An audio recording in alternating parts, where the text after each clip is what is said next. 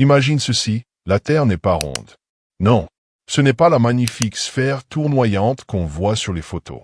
À la place, elle est plate, comme une immense crêpe flottant dans l'espace. Maintenant, imagine le bord de cette crêpe, un abîme étincelant à couper le souffle, où les océans se déversent dans l'inconnu. Qu'y a-t-il là-dessous? Une cascade cosmique ou un mur invisible retenant tout? La vie sur une Terre plate pourrait-elle fonctionner? Ou serait-ce le chaos total? Voyons cela ensemble. Pendant des milliers d'années, les gens croyaient que la Terre était plate. Les cartes anciennes la montraient comme un disque, avec des océans et même des monstres gardant les bords. Les marins craignaient de tomber s'ils allaient trop loin. Puis est arrivé Copernic, au XVIe siècle, qui a littéralement bouleversé notre monde en montrant que la Terre est une sphère en orbite autour du Soleil. Depuis, la science l'a confirmé encore et encore. La Terre est ronde.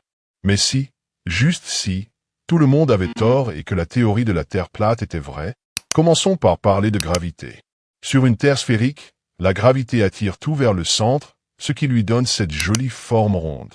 Mais la théorie de la Terre plate jette la gravité par la fenêtre et affirme que la Terre accélère vers le haut à 9,8 ms pour maintenir tout en place. C'est faux, c'est parce que ça l'est. Cette théorie viole presque toutes les lois de la physique que nous connaissons. Mais jouons le jeu un instant. Si la gravité existait sur une Terre plate, elle se comporterait très différemment.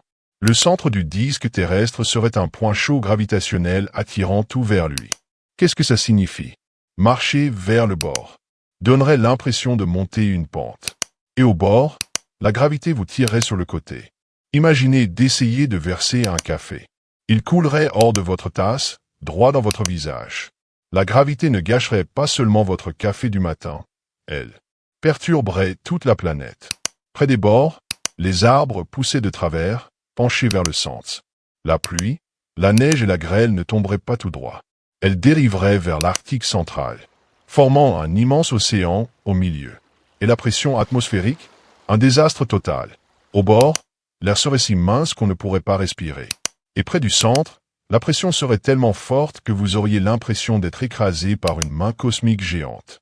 Pas exactement l'endroit idéal pour passer ses vacances. Et puis il y a le champ géomagnétique. Vous savez, celui qui nous protège du rayonnement solaire mortel.